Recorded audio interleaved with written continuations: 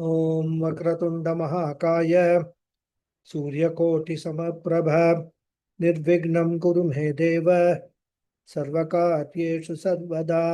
ओम श्री महागणपतये नमः। ओम श्री गुरुभ्यो नमः। हरि ओम। सदाशिवसमारम्भां शङ्कराचार्यमध्यमाम् अस्मदाचार्यपर्यन्तां वन्दे गुरुपरम्पराम्। अस्मद्गुरुभ्यो नमः। श्रुतिस्मृतिपुराणानाम् आलयं करुणालयं नमामि भगवत्पादं शङ्करं लोकशङ्करम्। शङ्करं शङ्कराचार्यं केशवं बादरायणम् सूत्रभाष्यकृतौ वन्दे भगवन्तौ पुनः पुनः। ईश्वरो गुरुरात्मेति मूर्तिभेदविभागिने व्योमवद्व्याप्तदेहाय दक्षिणामूर्तये नमः। ओम श्री मेधा दक्षिणामूर्तिस्वामिने नमः। ओम सहनाववतु सहनौ भुनक्तु सह वीर्यं करवावहै तेजस्विनावधीतमस्तु मा विद्विषावहै। ओम शांति शांति शांति। हरि ओम श्री गुरुभ्यो नमः।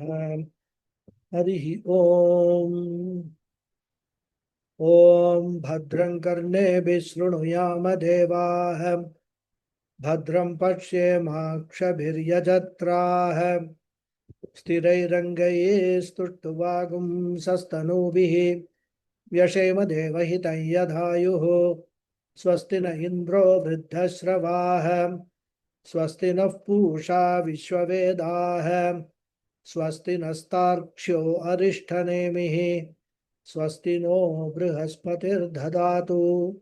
ओम शांति शांति शांति। हरि ओम श्री गुरुभ्यो नमः। हरि ओम। नमस्ते once again everyone. नमस्ते गुरुजी। नमस्ते। नमस्कारम गुरुजी। हरि ओम गुरुजी। ओम हरि ओम। नमस्ते गुरुजी। नमस्ते नमस्ते गुरुजी। नमस्ते। So we are in the 8th mantra of the second section of first Mundaka. We will chant the mantra. Avidyaya mantare अविद्यायामन्तरे वर्तमाना है वर्तमाना स्वयं धीरा है स्वयं धीरा है पंडितम मन्यमाना है पंडितम मन्यमाना है जंगन्यमाना है जंगन्यमाना है परियंति मूढ़ा है परियन्ति मूढ़ा है अंधे नैव नैव नीयमाना है नियमाना है यथान्धा है। Good. So chanting is improving. Good. So I have a question. Yes. Is it niyamana hai or niyamana hai? Niyamana है। Niyamana hai. Okay. Dirga. Ni is dirga. Dirgha, isn't it? I did a mistake. Niyamana है। Okay. Thank you. So the Upanishad is presenting the limitations of karma marga as a moksha sadhanam from mantras 7 to 11, 5 mantras. And the purpose is to enable the mumukshu to objectively examine the pros and cons of both karma marga and jnana marga for moksha and take a well-informed decision. The Upanishad is not interested in recommending either of them. Upanishad is not interested in highlighting the limitations of the karma marga. So open-minded says, okay, here I am presenting you with both the pros and cons. As an intelligent person, as a person with thinking capacity, take your own decision. Of course, there is an underlying purpose, which is that the Upanishad actually wants to promote Jnana Marga. And the reason is that this route will give moksha in this birth itself while living. While Karma Marga can lead to moksha only through an indirect route, for which there will be a stopover in Brahmaloka for a length of time. Naturally, each one of us want everything now, isn't it? You join an organization, you want a promotion now. Instant. Everything we want to happen very fast. Except these days, I think people are not very much fast in getting married or getting children and all that. That's a different story. But generally, human tendency is if there is something good to be got, I want it now. So naturally, an intelligent human being will choose what? Short and easy route for moksha instead of a long and difficult route.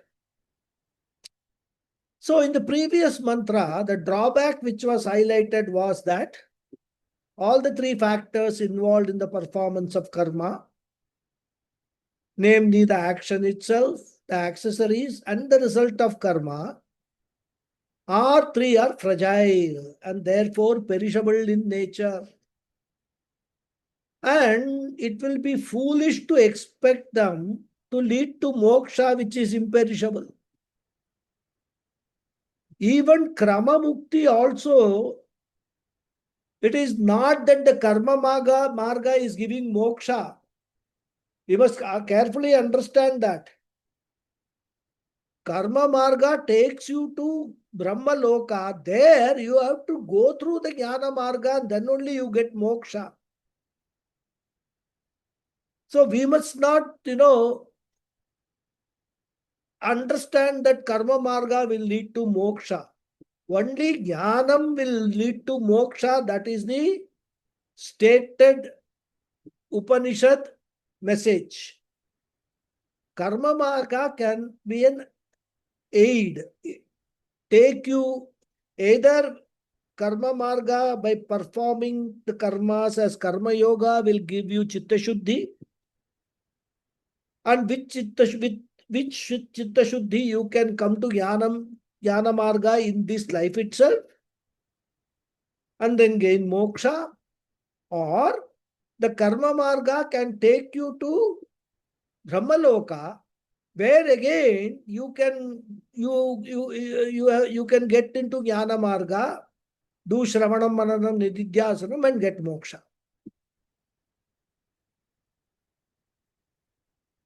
So, either case, whether it is Sadhyo Mukti or Krama Mukti, Jnana Marga is the only way to get moksha.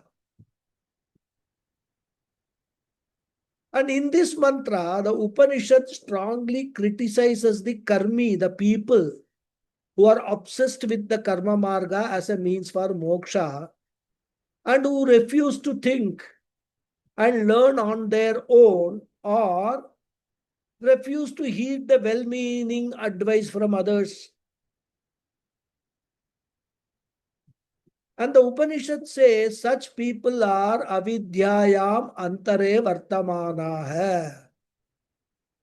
They are remaining in avidya, which means they are steeped in ignorance, and ignorance-born conclusions or misconceptions.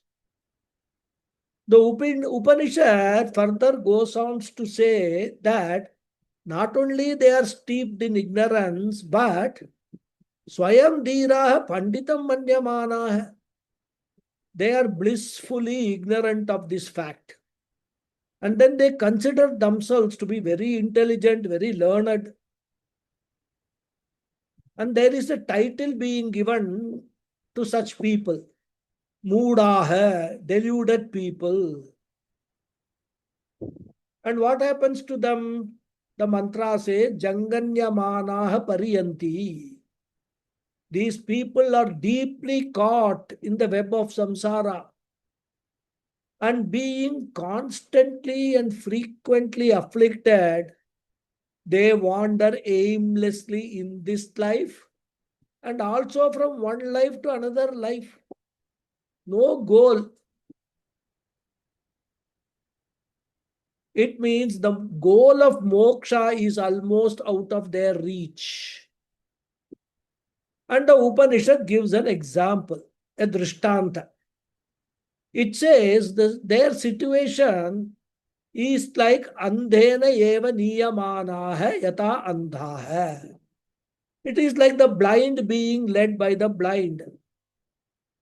And therefore, such people, their chances of falling into samsara doubles, because when a blind leads a blind, if a person who leads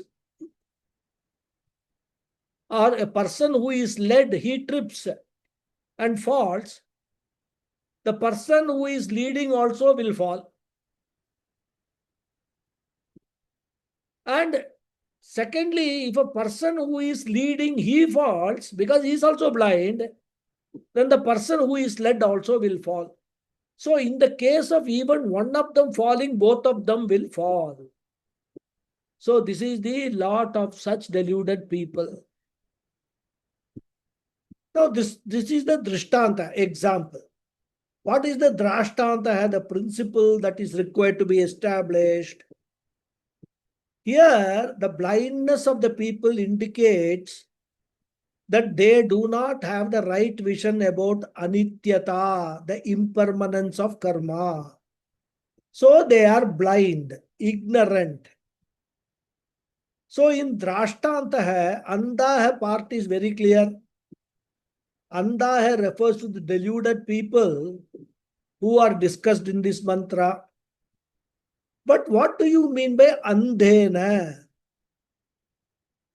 The people who are being led, andha very clear. But who are the blind people who are leading them?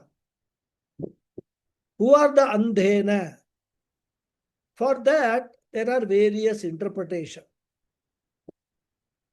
One interpretation some of the commentators give is that these people have been led by their gurus, who themselves are andha. The gurus, and we have got enough of such gurus now. The gurus leading these people are also committed to karma and who consider karma to be ultimate. So those gurus, they give them these ideas. So these people are being led by such gurus who themselves have got no clue about karma marga, jnana marga and all. In fact, in his talks, Pujya Swamiji discusses this very elaborately. How a person starts some cult because he thinks what he is thinking is right. Of course, sometimes we come across people who may be having a desire or intention of cheating. But sometimes they may not have any such intention of cheating. Only thing is what they think is right. That's all. They think what they think is right. And they are forceful also about their thinking. They are themselves very much convinced. And most of the people who are the followers, they already are lost in this world. They lack self-confidence. So they fall an easy prey to such gurus. And therefore, what they feel, if somebody says this is right, that must be right. You see the huge number of people attending the satsang of these kind of gurus. Lakhs of people come. So what they must be saying must be right only, isn't it? And another thing is, even if one wants a direction in life, most people do not know where to go. Because, coming to Upanishads will not actually strike anybody at all. Because most of these gurus who are there, they don't teach the Upanishads at all. Here and there, they may give some message which Upanishads give. But it is not a systematic teaching that they do. Many of them, the Gurudom is built on yoga. Where yoga is something which everybody is attracted to. And one more reason is there. And especially these days, everybody is very health conscious. And what is the best remedy for health consciousness according to the Shastras? Yogasanas. So do yogasanas. And these gurus and all, they themselves have practiced yogasana, probably got training in training others. So that yoga is the base for them. And then they will get lot of people, because most people want to improve, have a good health, especially when they are getting older. So these gurus, they all get attracted to such gurus. Start with yoga. And if you see the main plank of these gurus is yogas only. Yogasanas only. Hatha yoga. In fact, there also, they don't go into the advanced aspects. They will stop with yogasana, pranayama. They will not go to, the samadhi stage and all that. But again, that also, most people will not get into those stages. So, keep it simple. And therefore, when most people who are ignorant of the entire Shastra, what Shastra teaching is all about, they see such gurus, they get naturally attracted. And these gurus, one thing is there, whatever they say with so much of confidence, so much of conviction that everybody else also feels convinced. They say that he is telling all these things with so much of confidence. And therefore, this person, even though he is confident about the wrong ideas, many people will still follow him. So here, andena niyamanaha yata andaha is the example for showing that these people who have been guided by some people who themselves were not having the right vision, or they may have the right vision, but they will not reveal that right vision. They are not teachers. They are not the sampradaya gurus. That is the biggest difference. And if you want moksha in life, if you want liberation in this life itself, there is no replacement, no substitute for a sampradaya guru who has come in the parampara, who has learned from his guru. So, those people, the gurus also do not have the right vision, and they guide the people also. So the people who are being led, being guided also do not have the right vision. Andena eva yata andaha niyamanaha. And there is a problem is, they have listened to the gurus in the past, and this guru will tell that karma is the ultimate. And since they do not have the ability to think properly, and therefore they remain in samsara. This is the example to show that people being led by similar people who are obsessed with karma, and therefore they remain in samsara itself. Or there is another interpretation some other commentators take. Andena niyamanaha yata andaha can be taken as people who are led by their own intellect, which itself is not highly informed, because in some areas this intellect will not know. They may be very brilliant in many areas, but one cannot, as a human being, have mastery in all the areas. And therefore, for Atmajnanam, the intellect has to surrender to the teacher with reference to Apaurusheya Vishaya. But these people are not ready. Their ego stands in the way. They say, whatever my intellect says, I will do it. I will not surrender to anyone. And therefore, andena eva niyamanaha yata andaha can be taken as being led by their intellect only, and not ready to take the guidance of anyone. And therefore, they remain in samsara. So this andena eva niyamanaha andaha, various commentators have interpreted in different ways. But these are the main ideas which they convey. And Pujya Swamiji, as I said, also deals with this topic in a very elaborate way. Okay, now we will go to the Bhashya.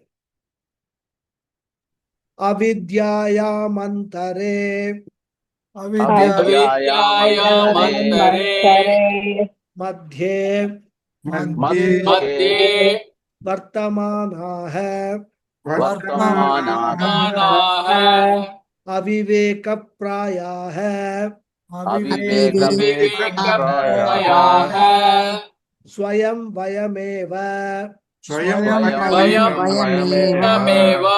dhiraha dhimantaha Dhimantaha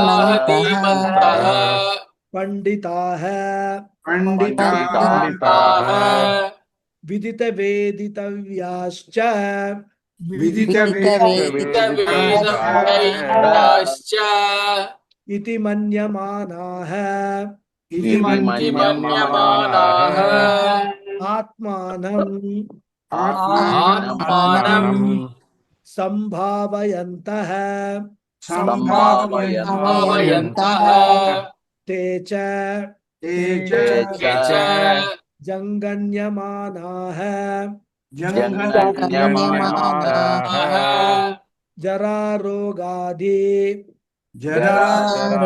Rogadi anekanartavrataihi Anekanartulyavrataih anyamanaha Anyamanaha vrisham pidyamanaha Vidyamanaha pariyanti vibhramanti Pariyanti Vibhramanti मूढ़ाः Mudhaha दर्शनवर्जितत्वात् Darshanavarjitatvat अन्धेनैव Andhenaiva अचक्षुष्केणैव Achakshuskenaiva नियमानाः Niyamanaha प्रदर्श्यमानमार्गाः Pradarsyamana margaha यथा लोके Yatha loke अन्धाः Andhaha अक्षिरहिता Akshirahita गर्तकण्टकादौ Gartakantakadau पतन्ति तद्वत् Patanti tadvat So it is not a very long bhashyam, very simple bhashyam. So avidyayam antare madhye vartamanaha aviveka prayaha is the first sentence. Avidyayam means, as we have seen, ignorance, and ignorance born misconceptions. In that antare means in.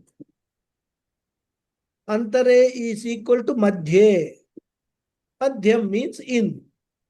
So in ignorance, avidyayam antare means ignorance. Vartamanaha. Vartamanaha means remaining. So avidyayam antare madhye vartamanaha means remaining in ignorance, remaining within the fold of ignorance, steeped in erroneous notions or steeped in the anatma in the form of adhyasa. All these meanings we can take. What does it mean? Who are such people? Bhashyakara gives the meaning aviveka prayaha. Prayaha means abounding.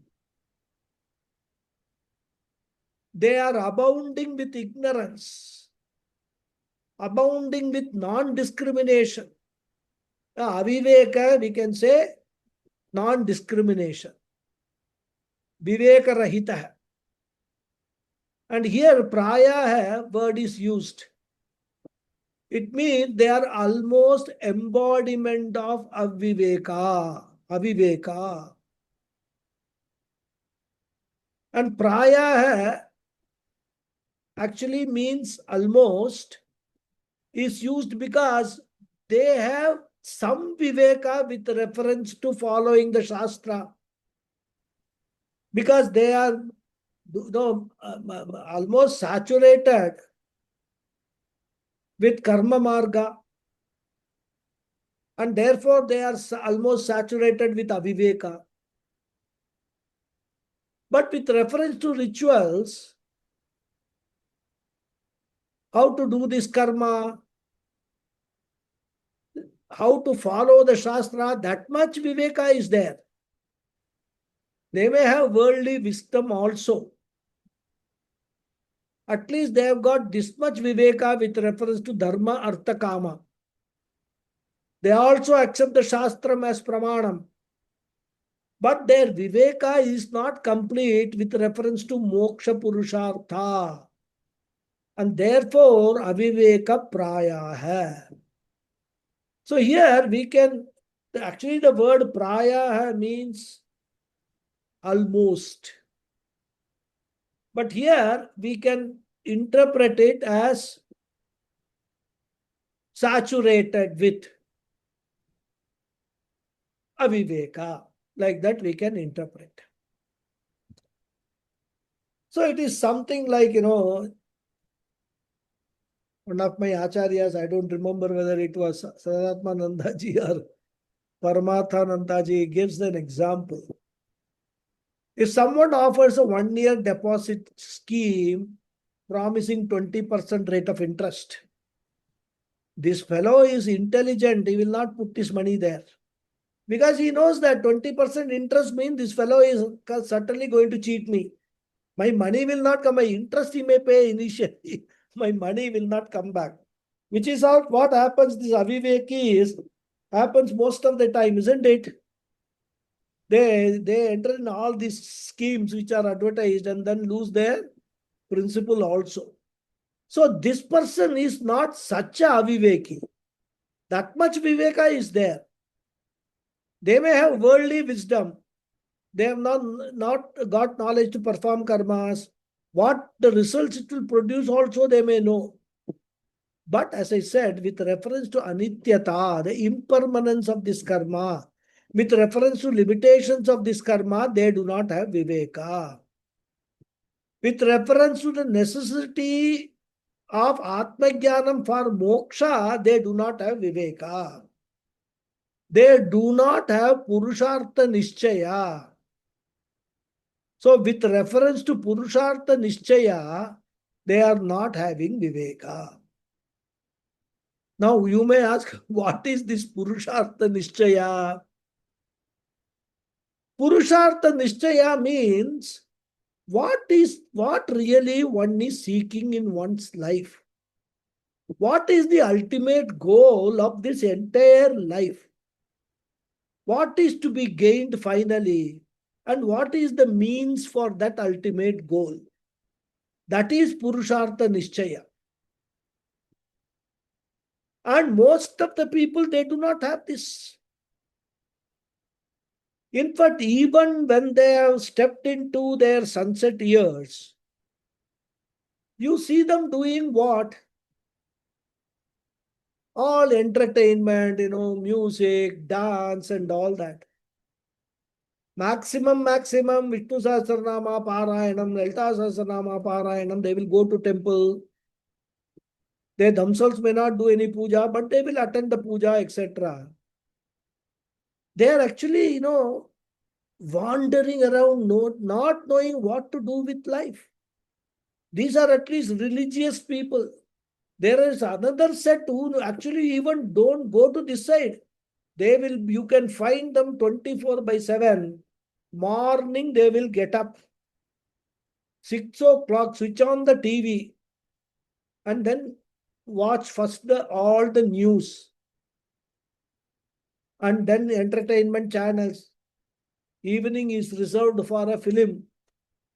This is what they do, They have absolutely no clue. One fine day, they will become old, sick, bedridden, die. One beautiful human life that they got, complete waste. That is Purushartha Nishchaya. So these people don't have, and therefore aviveka praya hai. But there is one more problem with these people. Such people, swayam vayameva dhiraha dhimantah panditaha vidita veditavyascha iti manyamanaha atmanam sambhavayantaha. So Bhashyakara is now explaining the second quarter of the mantra. Swayam dhiraha panditaha manyamanaha. Dhiraha panditam manyamana is there in the moolam. That part is explained. So even though in the mantra third person expression is used, they consider themselves, isn't it? Bhashyakara converts it into first person. So Swayam he converts into Vayameva. Bhashyakara, wants to imagine as if this is what these deluded people are thinking. What is their thought process? Vayameva. We alone. Manyamana hai. We consider ourselves alone to be dhira hai, intelligent people, and pandita hai, learned or educated people.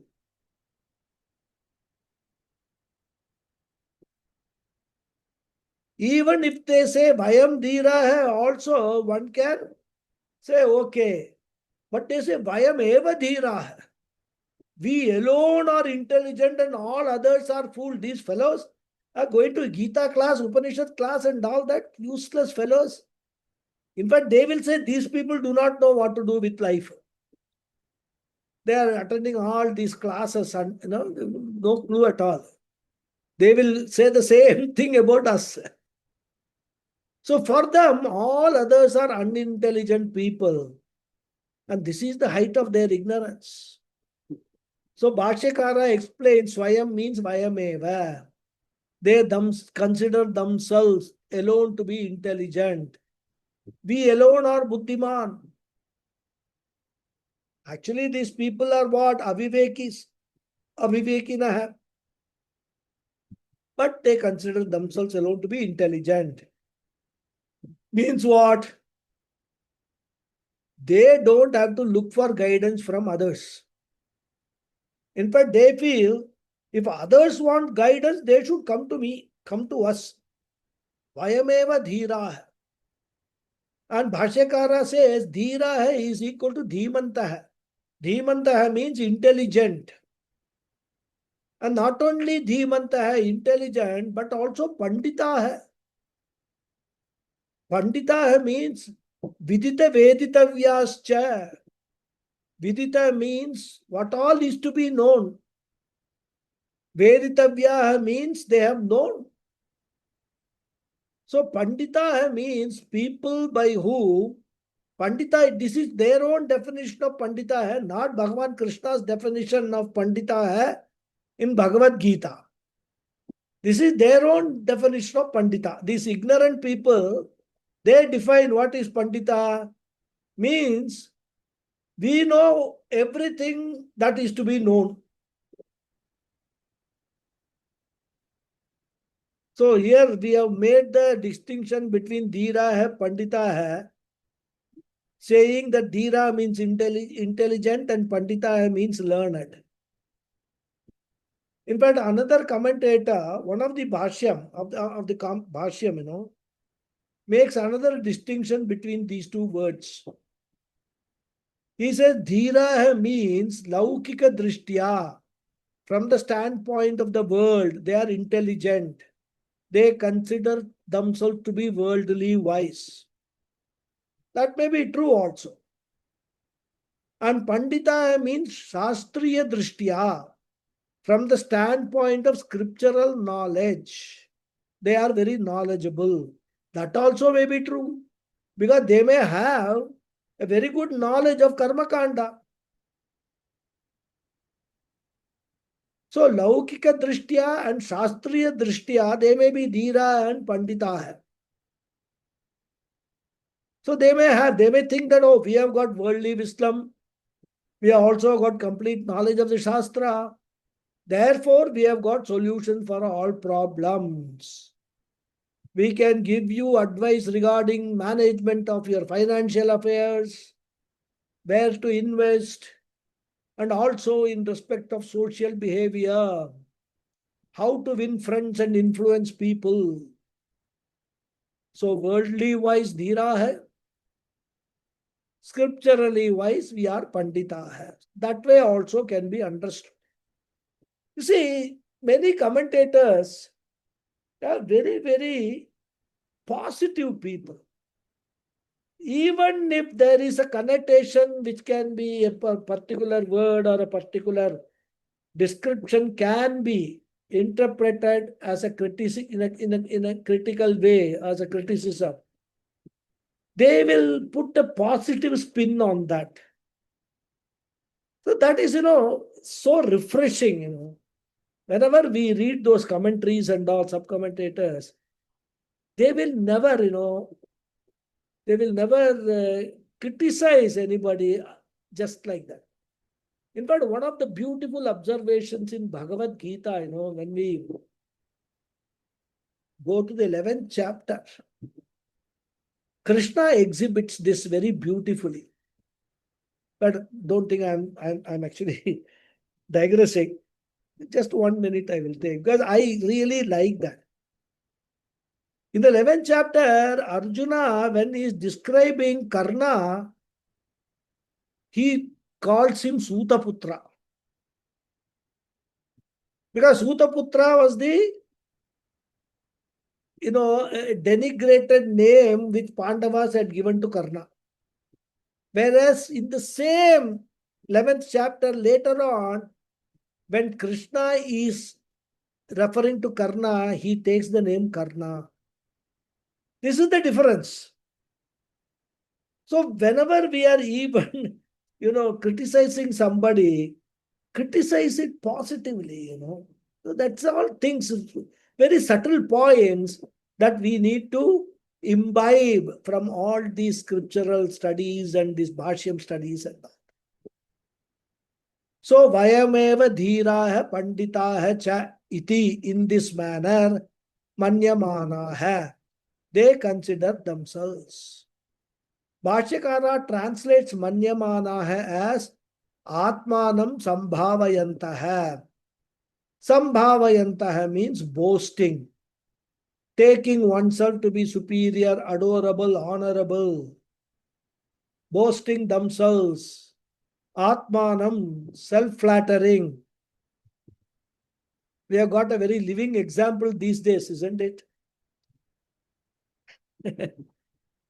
I will stop there. I will not go into further details. So Atmanam here means ahankara. So reflexive pronoun means oneself. So they are boasting, or we can say bragging or flattering themselves in this manner. That we are dhira hai, intelligent, we are pandita hai, we are highly learned. In this manner, Atmanam sambhavayantaha. And what happens to such self-glorifying people who are steeped in ignorance but are considering themselves to be intelligent and well-learned?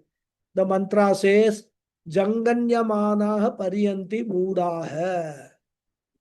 Janganyamanaha, we have seen the meaning.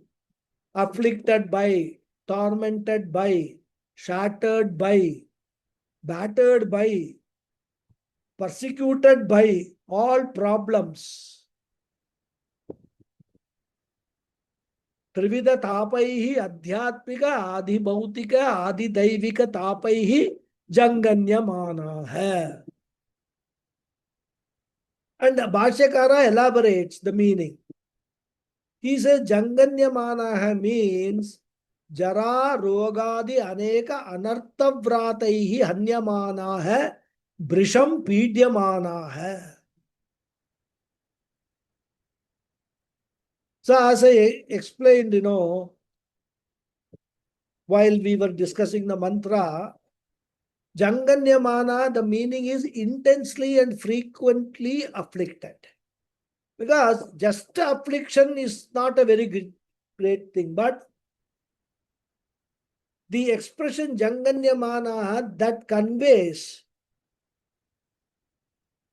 a meaning which means these people are intensely afflicted and also frequently afflicted. That's the beauty of the Sanskrit language. In one word, it can actually bundle so many meanings. So afflicted by what? Bhashyakara explained, Jara Rogadi Aneka Anartha Vrataihi. Vrata means multitude, a group. Aneka Anartha means numerous adversities. Such as what? Such as Jara, old age. Roga, disease. Adi, etc. In Adi, we can include all psychological pain, humiliation, loneliness, all other physical pains. By all of them, Hanyamana hai, Brisham Pidyamana hai. Hanyamana hai means afflicted by. So Janganyamana hai, Bhashyakara gives the final meaning as Anyamana hai, afflicted by. In fact, this word Janganyamana hai is derived from the verbal root Han. Han literally means to kill. It also means to hurt, to afflict, to torment, etc. So Hanyamana means tormented. It's a present passive participle expression. Not ordinary present passive participle. The ordinary participle is only Hanyamana. But here, Janganyamana is indicating that, as I said, intensely and repeatedly. In Sanskrit, this is called frequentative usage. It's a unique usage. We don't have a similar usage in English in a single word. Those people who know Sanskrit, I'm sure there are a few people here. It's called Young Luganta Pratyoga. English, we can translate the frequentative usage. Anyhow, that's all for Sanskrit students. This is not Shanaj Pratyaya, Guruji. Shanaj comes later. Right. Janganya Mana, right? The Manaha is the Shanach. Mana is Shanach. Janganya is a young Luganta Pratyoga. How do you convert Han into Janganya? That is using young and look. I mean, I don't want to get into other people will get bored. Dhanya Guruji. But Dhanyawad only Guruji. simply explaining, there are two pratyas, young and lug and pratyas are there, which converts Han into Janganya. And that is, frequentative, gives the meaning of frequentative and intense. Then Mana, we add Shanach, we add Janganya Mana. Frequentative usage. Okay. So further to bring out the meaning, he says Brisham Pidyamana hai. So Bhashyakara knows that everybody probably may not know so much Sanskrit. So he says Brisham. Brisham actually gives the meaning of Janganya. Brisham means intensely and frequently. Pidyamana hai means afflicted. So the people who consider themselves to be intelligent and well learned end up being afflicted by multitudes of adversities such as old age and disease, etc. And this happens because they remain in karma.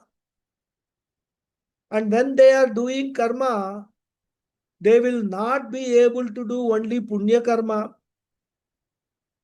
They will end up doing some papa karma also. And that papa will definitely take them to suffering. And also, they have got the suffering caused by the karmas done by the past janma, in the past janmas. So therefore, such people, they will have suffering. Of course, you will ask, doesn't a Vedantin have suffering? Suffering comes to everybody, even if to a wise person. Pujya Swamiji, we have seen him, but they don't consider suffering as suffering. The biggest difference is you will suffer, you will undergo certain painful experiences in life. How do you view those experiences? So the wise person, when it comes to him, he has got the wisdom to handle it. Therefore, the suffering or the pain will not cause sorrow to him. Physically, he may be in pain, but psychologically, emotionally, he will not be in pain. Whereas the people who do not have this wisdom, both physically and emotionally, they will be having pain. That is the difference between suffering will come to everybody, because this wise person has become wise person only in this janma. What do we know about his previous janmas? He must have certainly done lot of papa karma, for which certainly in some janma he will have to experience the result of that. And in this janma, since he is going to get the jnanam, or he has got the jnanam also, but prarabdham has already started. Jnanam only makes him free from sanchita karma and agami karma. Jnanam does not free a wise person from prarabdha karma. So even after getting jnanam, the prarabdha papas will visit him and tell him, my dear, please undergo this. But the difference is he has now got wisdom. And because of that wisdom, that suffering will not cause any emotional pain to him. In fact, when the doctors are in Puja Swamiji, he had this serious lung problem, and they had to actually do a surgery in the lung. And lung surgery, is a very, very delicate surgery. Because the lung walls, it's all very, very fine. You have to cut it and do surgery means what? Stitch it back also. It is just like, a silk cloth. Very, delicate cloth. And the doctors actually one stage they said that, there's no other way, but we have to do the surgery. Puja Swamiji said, doesn't matter, go ahead and do it. And in fact, he told, when he went for the surgery, he told all of us, Tata, goodbye. I may not come back to the ashram. Almost sort of a farewell he gave to everybody. Of course, Prarabdha will not leave anybody. He was destined to live after that. And the doctors later on who came to the ashram and explained, they said that Puja Swamiji was so cheerful throughout the entire surgery. Even after the surgery also, when he came out of the anesthesia also, he was not in any, he had pain. Obviously, any surgery will have pain. But he never showed that. He was so cooperative with all of us. That is the difference wisdom makes. Whereas, these people, they do not have that wisdom. And therefore, Brisham Pidyamana hai. Very intensely they are suffering. In short, we can say, as long as they are going to identify with ahankara, they are going to identify with their body, mind, sense complex, they are going to have problem. Because ahankara being karta, it is vulnerable to all types of karma phala. And therefore, by varieties of prarabdha, they are tormented. And what do? They pariyanti. Pariyanti, Bhashyakara says, is equal to vibhramanti. They roam about. They wander about. They keep running from pillar to post. Old age, which son should take care of? Which daughter should take care of me? Because daughter-in-law is bored with mother-in-law. Therefore, go to the other daughter-in-law. Then when all of them are bored, go to a senior citizen's home, which is the most acceptable way of calling old age homes. Very respectable way, Olden days, they used to call them old age homes. But then old age, negative connotation. So they now call it senior citizens' homes. All these are called pariyanti. So all the inmates in facilities like Nana, Nani and all, you can call them pariyanti mooda hai. And in many cases, the children are conveniently settled abroad. And they know that most of these old people will not agree to go and settle down abroad. Even if they go, it will be for a short time. So the Upanishad calls them mooda hai, deluded people. And as we saw, they are deluded in this area only. And why they are pariyanti, vibhramanti, darshana varjitatvat. Because they are varjita, they are devoid of, they are bereft of darshana. Darshana here means the right understanding. Since they are devoid of the right understanding about Atma Tattvam, right understanding about karma and karma phala, they are devoid of right understanding, because of which they are deluded, they are confused. Because right understanding may not be there, but they have a wrong understanding that karma will give moksha. And this wrong understanding is called moodhatvam. Therefore, pariyanti vibhramanti mooda hai darshana varjitatvat. And their lot is explained through an example. What is the example? Andhenaiva niyamanaha yata andaha. As we saw, famous example of blind leading the blind. Suppose I am blind and I take the help of another blind person to walk, then chances of falling will increase, isn't it? Previously, my wrong step alone will lead to my fall because I was walking alone. Now I am holding the hand of another blind person or shoulder of another blind person.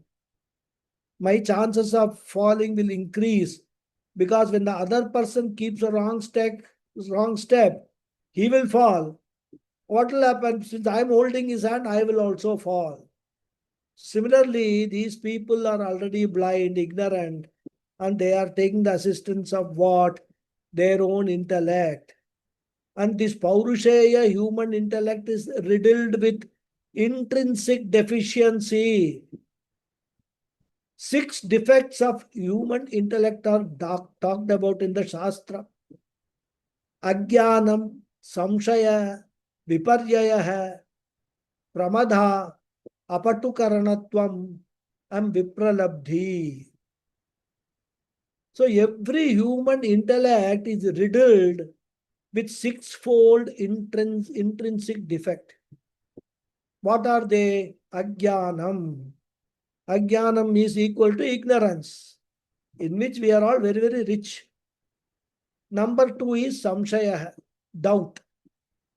Third one is viparyaya. Viparyaya means wrong knowledge, doubtless wrong knowledge. Or we can even say viparyaya means because of the past beliefs and past orientation, we continue to believe in something. What is the difference between samshaya and viparyaya? Suppose you do not know something and you do not know that you do not know. That is ajnana. Then suppose you know something, but you are not sure that that is the right knowledge. That is also samshaya. Then you don't know something, but you are very sure that you know. That doubtless wrong knowledge is viparyaya. In fact, I think Ramuji shared one very beautiful saying, which I think last time also I mentioned last class. Next class, because there's no time, I will share that in the beginning of the next class about samshaya and viparya. Basically it is about knowing something and knowing that you, not knowing something, knowing that you do not know something. Then not knowing something, but thinking that you know something, etc. So I will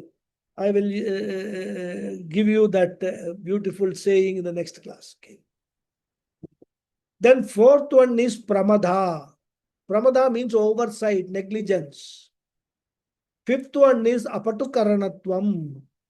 Intrinsic limitation of every instrument of knowledge. Karanam means instrument of knowledge. Apatu means natural deficiency.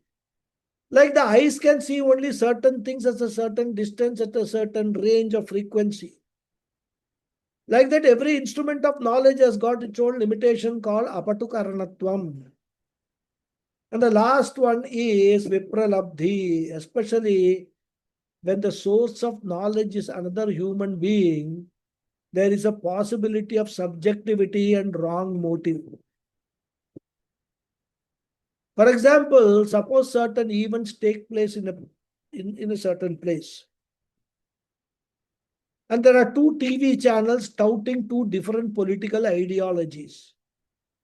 The same event will be reported by the 2 channels differently. The fact may be one, but because of human subjectivity, always there is shades of color in what is presented. Because every human intellect has got subjectivity and some hidden agenda also there. Motive also cannot be avoided. Motiveless souls are supposed to be only 2. One is Bhagavan, another is a Jnani. Other than these 2, Every other soul has got subjectivity, and every other soul has got also some motive for whatever they say they do. And this dosha is called vipralabdhi. And especially this happens when the source of knowledge is another human being. So ajnanam, samshaya, viparyaya, pramada, apatukaranatvam, vipralabdhi. All these 6 doshas are there in human intellect. And when I keep that human intellect as my guide for finding the goal of my life and also finding the means for that goal, I am like the blind led by blind. And what is that blind? My own intellect. And therefore, an intelligent person will take the support of Shastram, because Shastram is coming from Bhagavan or the teaching of Acharyas who are Jnanis. And therefore, the source of knowledge will be called Nirdushta Pramanam. Guru Shastra Upadesha is Nirdushta Pramanam, free from 6 doshas, free from Shatvidha Paurusheya dosha hai. The intelligent person will go to the Shastra. More we will see in the next class. Okay. Om Purnamadav Purnamidam Purnat Purnamudachyate Purnasya Purnamadhaya Purnameva Vasishyate. Om Shanti Shanti Shanti. Harihi Om Shri Gurubhyo Namaha. Harihi Om. Dhanyavada everyone. Thank you very much. Thank you very much, Guruji. Thank you. Thank you, Guruji. Thank you, Guruji. Thank you. Namaskaram. Thank you. Namaskar. ಧನ್ಯವಾದ Namaskaram. Hari Om, Guruji. Dhanyawad. Thank you very Hari much. Om. Namaskaram. Thank you. Dhanyavada. Thank you. Thank you. Thank you. Thank you. Thank you very much, Guruji. Namaskaram. Namaskaram. Namaskaram. I couldn't get that Thank you. meaning of pramada, Pramada is negligence. negligence. Okay. Yeah. That is one of the defects. We are negligent. In many matters, we are negligent. Yes, that is true. Thank you. The word pramada comes from pramata only, Guruji. Yeah. Where pramada is a mistake or an error. Yeah. Comes from Pramada. Mm. Yes, Srikant, what is your question? Guruji, slightly deviating question, but still a question that I have in mind. I thought I'll raise it with you. One of my aunts, Chitti, she asked me, will I get moksha? Now, I was stunned. I don't know what to answer. I don't know why she asked me that question. So I just asked her a counter question. I said, because, I wanted to take one full lecture on Vedanta, but I did not want to do it to her because she's old age. She's probably about 80. So I just asked her, what do you mean by moksha? Correct. So she said, not coming back or going to Swargam. She was also very confused about what she said. She had very conceptual, disclarity or not very clear on concept. So I told her, you have lived a very good life. You will go to Swargam. And I stopped it at that. But how to answer these kind of questions, Guruji? No, you should answer you should go along with their beliefs. Right? Krishna says, do not disturb what they believe in. Do not start giving them a lecture on Vedanta, where they will get totally confused. Isn't it? What did he say? I'm trying to recollect that sloka. Na buddhi bedam janayet ajnaninam karma sanginam. He says, right? So do not go and confuse them. If they feel moksha is going to Swarga, tell them you will get moksha, going to Sarga. That's all. That's a perfect answer you have given. You can't go and tell them about, oh, no, that is not moksha. Oh, Krishna has said that, chine, punye, mate logam vishanti and all. At the old age, they will get totally confused. And then, so just leave it like that. Because coming to Vedanta, understanding all these things, as I keep on saying, it is not everybody's cup of tea. Even if you drag some person to Vedanta, that fellow will not stay there unless the right chitta shuddhi, right preparation that person has done. And if you have done the right preparation, without knowing that you are actually doing the right preparation, it will automatically bring you here. So we should be very careful in talking about Vedanta to people. If somebody asks you a specific question regarding Vedanta, regarding Upanishad, and you get a feeling that that person he knows something, but he has got a genuine doubt, then if you know the answer, you can explain it to him. Otherwise, tell him, it's a very good question. It's a question based on Vedanta. Your doubt is also genuine. I do not have an immediate answer, but I will refer to the Shastra and Guru. I will get the answer and let you know. That is the safest way of, to give an answer. In fact, one should not become a Vedanta lecturer. In fact, avoid talking Vedanta at home with your family. Avoid talking. All this I am telling you because of the mistakes that I have myself done. This is not, I'm making up. Avoid talking Vedanta to people on a dining table. Okay.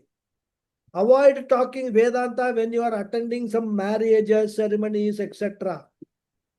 Even if somebody provokes you, what great Vedanta you are learning and all that, you just, yeah, that is quite true. It is nothing great. But this is not the occasion to discuss that. Some other time you come, so we'll sit alone and we will discuss. Like that, you pass on that thing. Never get provoked about talking into Vedanta, because many people are waiting. The moment you say something, they will say, this is what Vedanta has taught you, or what. That's why. So you have to, the Vedanta is purely for personal consumption. It is not for, publicizing yourself. Oh, I'm learning Bhagavad Gita and all that. Not for that. So that's why we have to be very, very Vedanta practitioners, Vedanta students have to be very careful in public. Never show your intelligence, your knowledge to people. They won't understand. They won't appreciate. Okay. Reassuring Guruji. Guruji. Appropriate answer, right answer. Reassuring Guruji. Thank you. Because I had a little bit of this thing that, look, I am not giving the right answer to them. So Doesn't that's matter. why I asked Don't this be question. guilty. See, I'll tell you what. When the child comes and asks you, how is a baby born? What answer are you going to give? Will you give the correct answer? Child will not understand. So you tell the child, oh, stork brings the baby. In English, in Western, they say stork brings the baby. In fact, I am reminded, because we were in Delhi. And in Delhi, these mandis are very famous. There is a rice mandi, there is a wheat mandi. Mandi means a wholesale. Sabji mandi. Yeah, it's a name for a wholesale market. It's called a mandi. So I clearly remember I asked my father, how did my brother was born? How did brother come into the family, my younger brother? So my dad told me, me and Amma, we went to this bacha mandi and we brought a bacha from there. See, I believed it. That is equivalent to Like adoption. there is a rice mandi and wheat mandi, there is a bacha mandi where they will sell children. And all that the parents have to do is go there, buy one child and bring it home. So at that stage of knowledge, that is the kind of answer you have to go. No, my father will say, oh, I am telling the untruth to my child. He will never have that guilty feeling at all. No, this is what the child will understand. This is what the child should be told. That's it. You need not feel guilty about it at all. Very Thank clear. you, Guruji. Guilt and hurt, a Vedanta practitioner should avoid at any Should not have. Should not have. not have. Because both are mithya anyway. Sorry, Both are mithya anyway. that is the final one. Even if it is not mithya, we should avoid it rather. We Okay. should have. Yes, Lataji, Thanks. your hands have gone up now. Guruji, I see that you are in Nana Nani. I don't want to hold you back from if you're No, going to don't for worry. the. My dinner is there in house only, so don't worry. Okay, Guruji. Namaste once again, Guruji. My question, the listening to this, not when most of the people, a lot of people either they're not at all religious, or some people who are religious, they are only going through they believe in the karma kanda, and then they have good knowledge of that and the worldly knowledge, and very few, if at all, would be interested in the Upanishadic knowledge and attaining or striving towards the moksha. But I'm just wondering, Sri Adi Shankara has written this so many thousands of years ago, right, Guruji? But those days, the Gurukulams were there, and then everybody went to Gurukulam, and then they were all taught, and then from the age of 8, they would go to Gurukulam, and this divine knowledge was taught to everybody. And even then, this was the story at that time as well, Guruji, or is it just by way of making everything clear, Bhashyakara has written, or and what my second question is, because the main knowledge of the Vedas is from what you have said, Guruji, that it's all about the karma kanda. It's only the end part. Vedanta is only the Upanishads.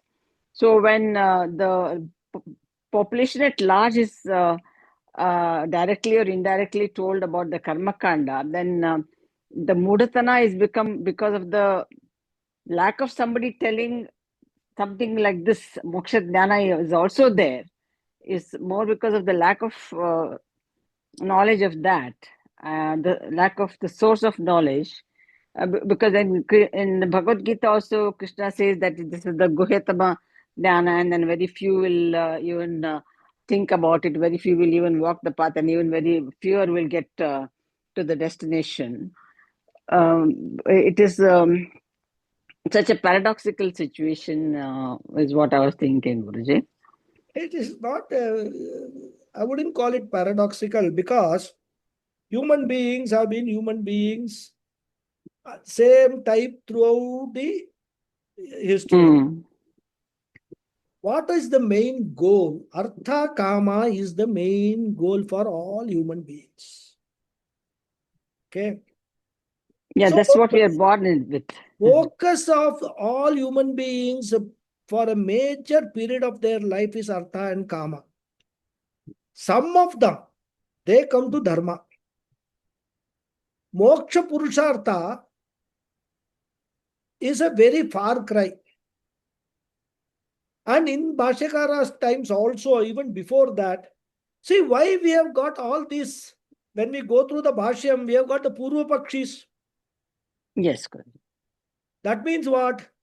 People who had totally differing or even sometimes opposite views of what Bhashyakara is commenting on the Upanishads. Yes, Guruji. So, the fact of the matter is, bulk of the population will be focused only on Artha Kama and also, let us say, Dharma. Because they are Yes, Guruji. Karmakandis, all karmas, if they are performing, that is a part of dharma only. Okay. Yes. So Yes. these three purusharthas are very clear. And then what happens is, they go to the Puranas, they study the Puranas. And Puranas describe moksha as going to Vaikuntha, going to Kailasa, etc. So then what they think, okay, so there is a moksha purushartha, but that means what? Going to Vaikuntha, Kailasa. Fine.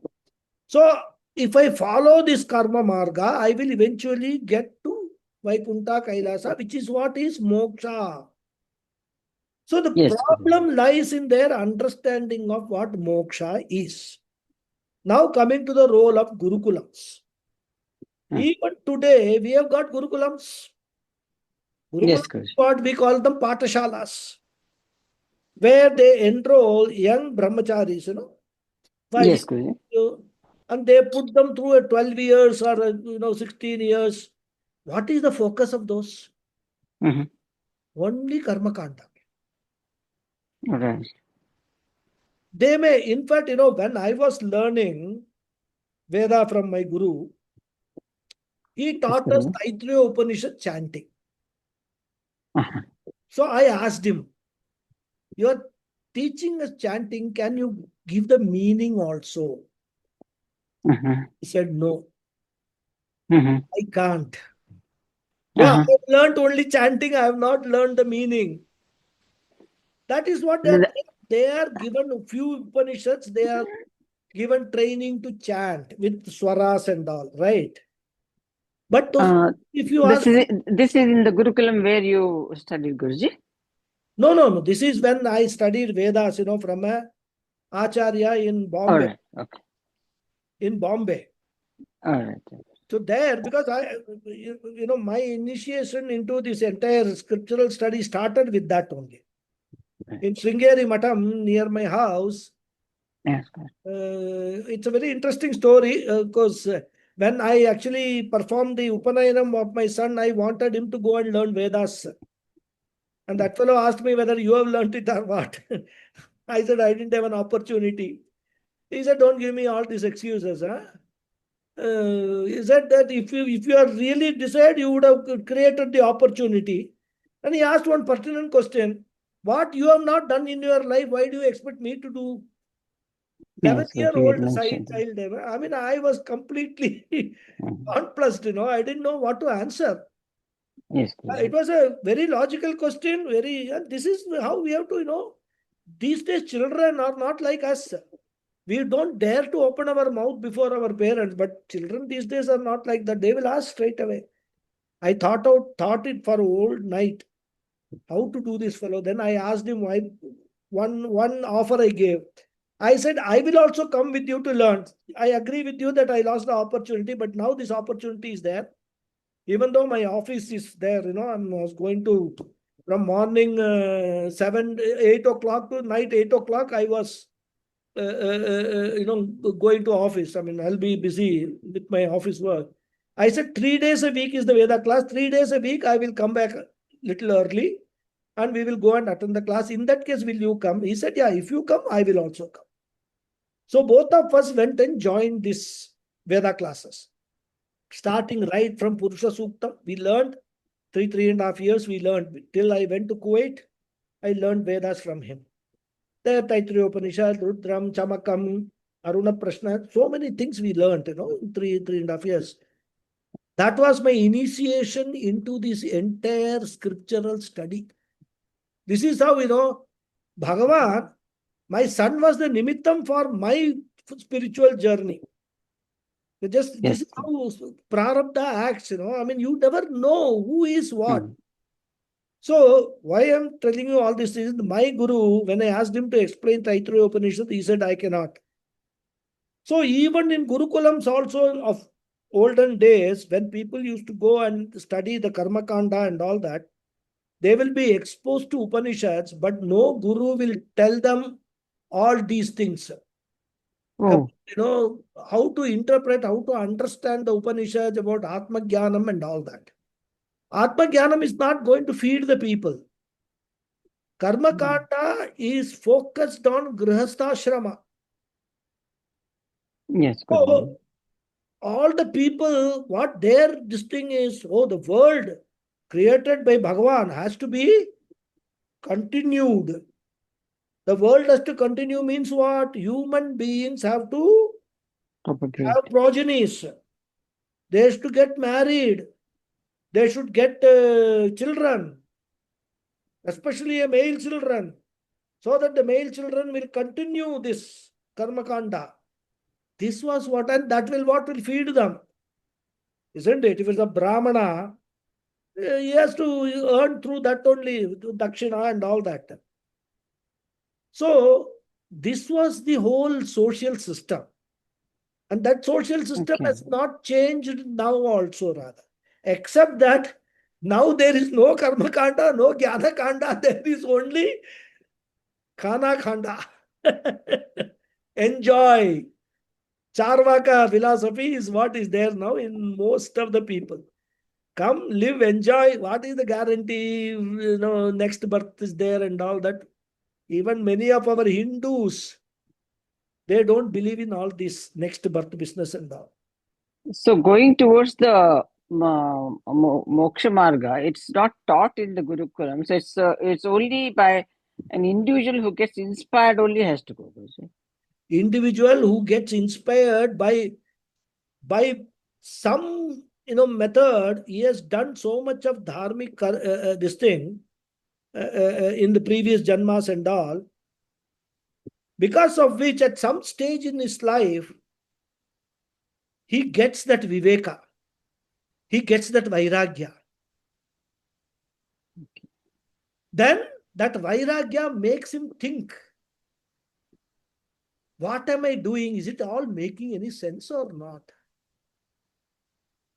Still, that individual, I can tell you, will not have the courage to straight away jump into this. Of course, very few have. Because in Gurukulam, in Coimbatore, we had young boys, 20 just to finish their undergraduate, coming to Gurukulam, spending 4 years, 5 years there.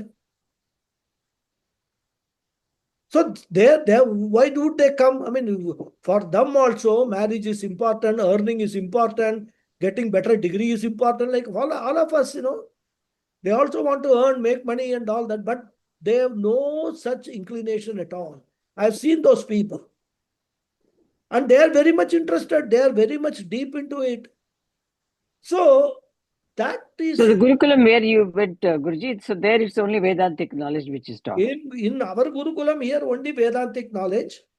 They have got a Veda Patashala separately. Which is the prescribed curriculum. Which is the prescribed curriculum with a proper Veda teacher, Karma Kanda. Young boys, are admitted. In fact, only about 2 weeks ago, 3 weeks ago, 3 or 4 new boys were admitted. Their Upanayanam was performed there itself, 6-7 years old boys. And then they joined the Gurukulam. There are many parents, who are probably not very well to do, or they are so inclined shastrically that they want their children to study the scripture. So they send them. And that Veda Patashala is also residential. They can probably visit their parents. Some of them come from North India, Bihar and all that, Once in a year only they can go and visit their parents. But they are here in the Gurukulam, they are taken full care of. And you should see the children chanting, beautiful. Very nice chanting they do, they learn and they do it. But the other side, which is Vedanta, is all for all those who are interested, and they are put through some tests. Test means interviews, and only if you are found to be having at least some bit of yogyata for jnanam, otherwise you will be rejected. They will say, sorry, go and do more karma yoga and come back. So that is the system in this. So, but that is not the standard Gurukulam. In fact, these kind of Gurukulams were very few in the old days. That is why this Vedanta was always taught not publicly. So the Mumukshatvam is only because of our previous karma phala and the Devanugraha. Yes, grace of Yes. Devanugraham, which Sir, is karma, previous karma phala brings the Devanugraham. See, one thing you must understand, it is a journey, and we do not Yes, of have course. any Any ability roadmap. to, unless we are so, so this thing, we cannot change the course that easily, rather. So it is set. So if we keep on traveling, like, sailing in the high seas, don't do anything. Keep going through, it will take you automatically. Your prarabdha karma will automatically take you, and final destination also, moksha also will be delivered. That is why people in their middle age, they suddenly come to Vedanta and they stay with Vedanta and they get sannyasa and they get moksha. So all these things, we have to look at it in a very broad sense and from a macro point of view. What is happening? Are you satisfied with that? Are you happy? Good. Continue this journey. Don't worry about destination. Don't worry about moksha and all that. Automatically it will come. If possible, hasten your speed of the Sadhana. journey. That's all. Make it little faster. That's all. But that is also may not be possible for everybody. Because how to make it faster, one has to take sannyasa. Means devote the entire time only to Vedanta study. Not possible for everybody. We have already got into the rut of a family life. And for sannyasa, one has to get a permission from the wife. Wife will never give permission. Very rare wives give permission for husband to take sannyasa. What if the wife wants to take sannyasa? Wife wants the husband to be around. No, Okay. what if the wife wants to take sannyasa? I'm not sure Oh, whether yeah, I'm there using are the right word. couples. There are couples, both of them have taken sannyasa. Or the wife is also because there are couples in Gurukulam, studied with me, studied before me, where the husband has taken sannyasa, wife is a brahmacharini, and she is also planning to take sannyasa. There are such couples also. My own friend and her husband, that's what Yeah. they have done in Bangalore, Guruji. Yeah. So the wife, if they are exposed to Vedanta, then they will understand that my security does not lie in my husband being with me. My husband is also as impermanent, as insecure as everything else in life. If she understands that, then she will have no problem. She will say, okay, you want to take sannyasa, you take. I have no problem. A classmate of mine, he has done.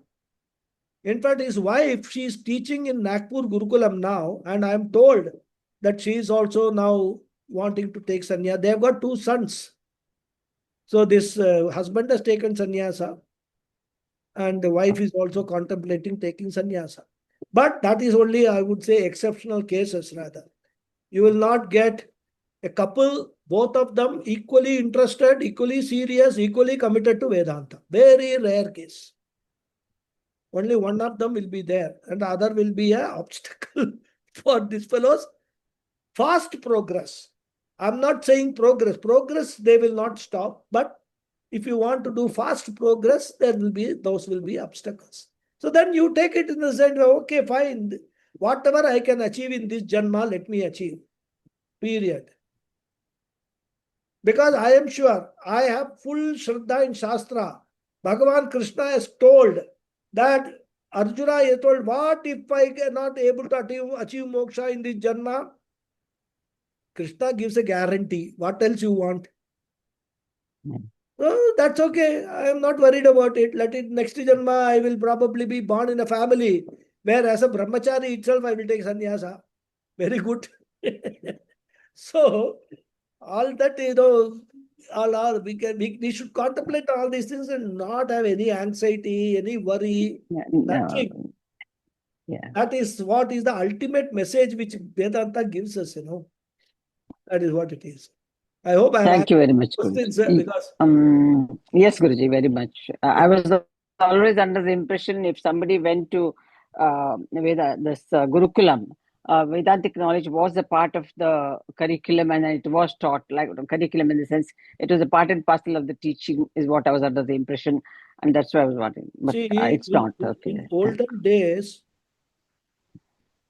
every Acharya had only one or two Sishyas. Mhm. Because the Acharya will not easily teach Vedanta to anybody, any Tom, Dick, and Harry. In fact, I think I don't remember which Upanishad, it says that the Shishya will come and the Guru will ask him to do certain things, be in the ashram for 1 year, and then he will say, I will then consider it after 1 year. So the Shishya will, with Shraddha, he will do Guru Seva and things like that and all. After 1 year, he will say, continue it for 1 more year. So like that, 3 times he will put the Shishya to full test, whether he has got enough Vairagya, enough Viveka, whether he has got enough Chitta Shuddhi. All these are qualifications, and the Guru will observe and then only admit him as Shishya.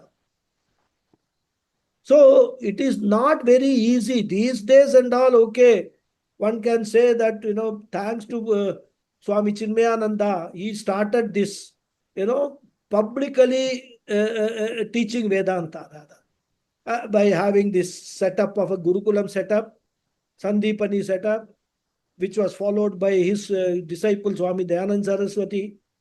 So this has become a little more popular. In fact, Chinmayananda ji started, he was strongly advised by his Guru, Swami Shivananda, not to do this public business. He has told Vedanta is not for public discourse. But Chinmayananda had different ideas and it had worked rather. So people like me and all, we have got benefited because of that. And in fact, people like you also.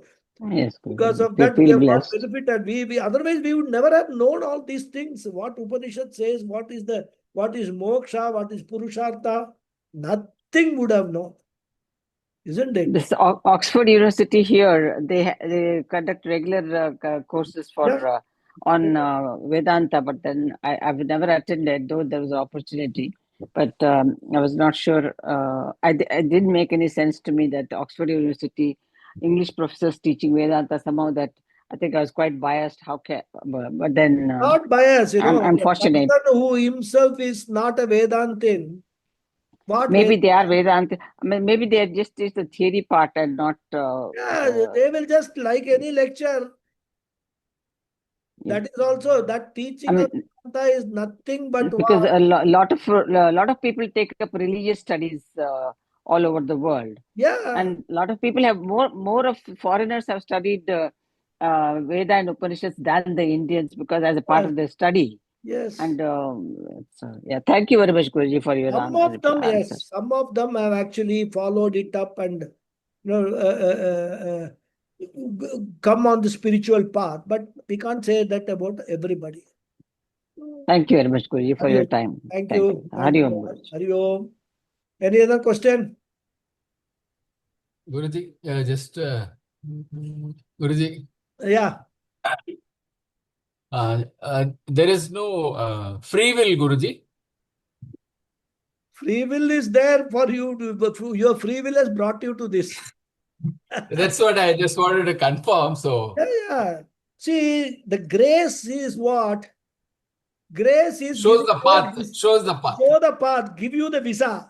Traveling, not traveling is your free will. Isn't it? Thank you. Both work. Okay. Right. Okay, then we'll meet next week. Hari Om. Thank you all very much. Hari Om. Thank you, Guruji. Namaskaram. Hari Om. Namaskaram. Thank you, Guruji. Hari Om. Do you have a question? Because I saw that your hands were raised. Thank you, Guruji. I had a question. You actually answered it throughout today's satsang. And what I took from that is a guide is very, very important. A guru is very, very important to help show the path. I mean, the knowledge and the understanding can be, what can I say? It can vary depending on how the individual is. So we don't want that kind of knowledge that is varying or that is based on some other person or your own projection. Correct. But a guide and a guru helps us to understand. And for that, I thank you, and I thank the Shastras and Ishvara for bringing to this step. And as you said, you may get the visa, but you have to walk the path. And I think that's a very beautiful metaphor.